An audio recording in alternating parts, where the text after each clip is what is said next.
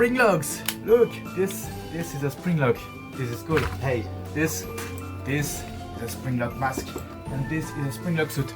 Okay, now that I have your attention with this very beautiful thing that I really like, we're here today to talk about one of Five Nights at Freddy's most convoluted and mysterious event, the Bite of 83. It's one of the most important events in the whole FNaF timeline, but I think that there is a lot of misconceptions as to how it happened, why it happened, and on the technological point of view, which is, you know, kind of my thing, why really what made this animatronic chomp down a child's head, which is, you know, not possible in real life. To explore things in the better way, we are going to have today to explore how Fredbear works, what are his internal components, what makes it that Fredbear is a unique animatronic compared to other animatronics in the FNaF series. Then I'm going to explain to you briefly why the Bite of 83 is not caused by spring locks, okay? Not caused by spring locks. And then finally I'm going to explain in great details exactly what made this animatronic kill the crying child. How did the bite actually happen? So first off, a little recap. What is the Bite of 83? I think it needs no introduction, really. It's like the event in Five Nights at Freddy's, aside from the springlock failure or the missing children incident, that everyone knows about. It's 1983, you see Crying Child, one of the Afton children, Afton who's the man who created that thing, I mean, in universe of course. Crying Child is put into Fredbear's mouth and his head is crushed by the jaws of the prolific animatronic, and he ends up dying from that, and maybe not possessing the Golden Freddy animatronic, which is just a reskinned Fredbear.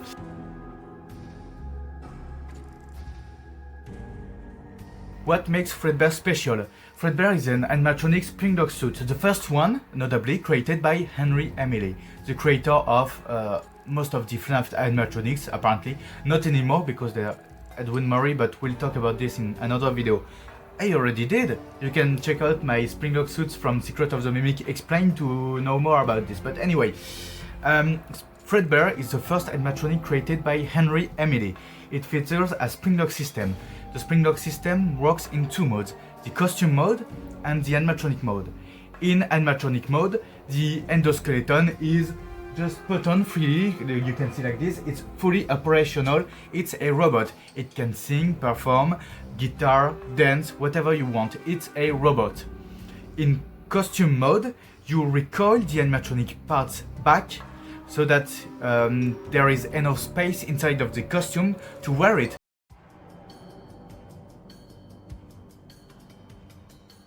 Now, because of that, there is a misconception about the Bite of 83.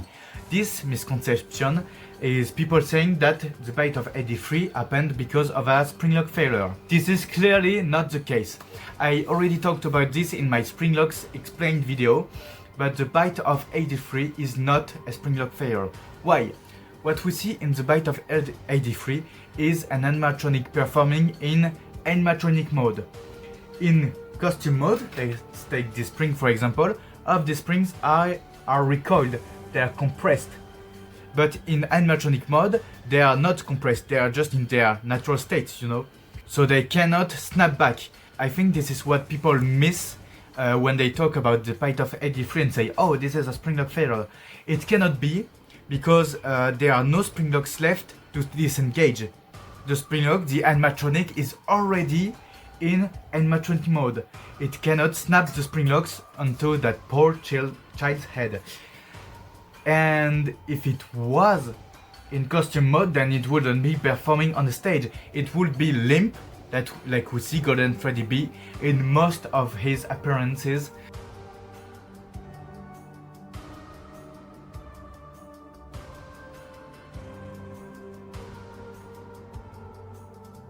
Now, if it's not a springlock failure, why does that happen? How can an animatronic be strong enough to bite down a child's head? Well, this is pretty easy.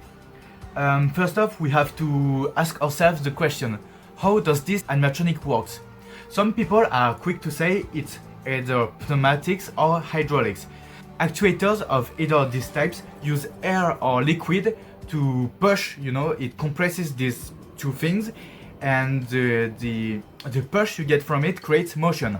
For example, if you pump air into a piston, the piston will do psh, like this.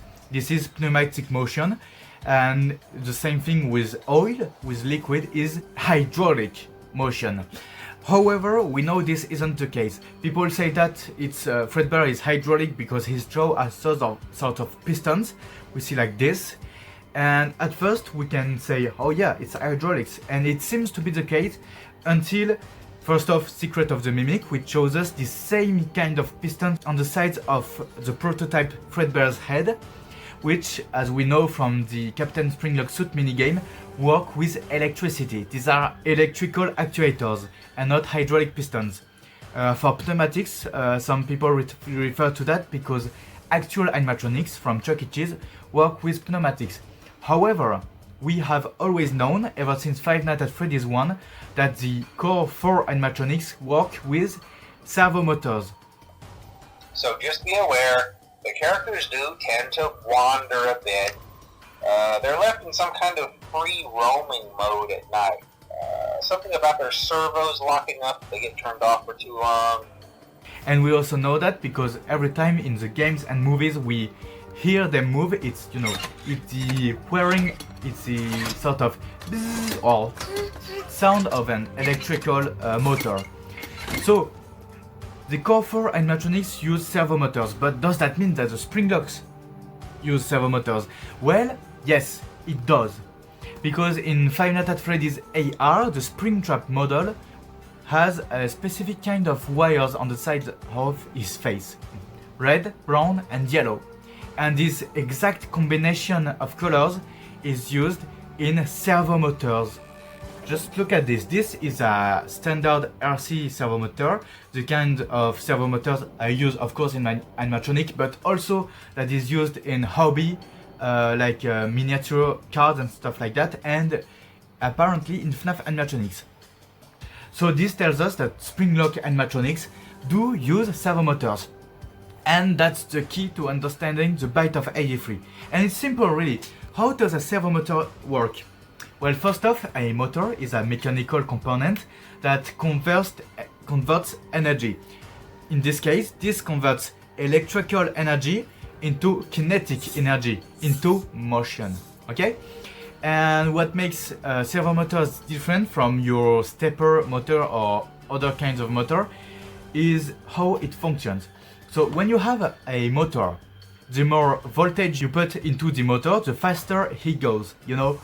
However, typically something we really want with motors is precise motion, which with a very basic motor is very hard to get. Okay, you have solutions, of course, but it's very hard to code and to get. But servomotors are a completely different thing. Basically, in this servomotor, there is a tiny regular motor. There are gears to convert the motion and make it stronger, of course. And there's a little circuit board and a potentiometer. A potentiometer is a device that tracks and measures the position of the servo of the shaft at all times. And basically what it does is there is an electrical signal that goes into the motor that tells it I want you to go in this position. Okay? And the board sees that, and thanks to the potentiometer, it knows that the servomotor is in this position. So it's gonna move the servomotor right all that way until the position of the servomotor matches the command. These motors work. It's very simple. It just compares the information that it gets to what the servomotor is actually doing until these two informations match. So basically, this motor won't stop feeding into current, it won't stop moving until it reaches the point that the computer tells it to reach, or the Arduino, or anything. And that's the important part. Because if you obstruct the servomotor horn while it's moving, it's going to want to keep moving. It's going to push you until it reaches its point.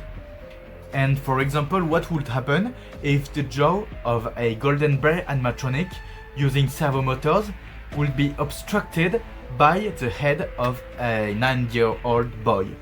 It will keep crushing, it will keep moving, it will feed current into itself until it reaches that point.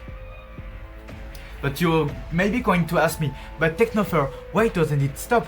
Maybe there are some captors and stuff like that that prevent this kind of incident.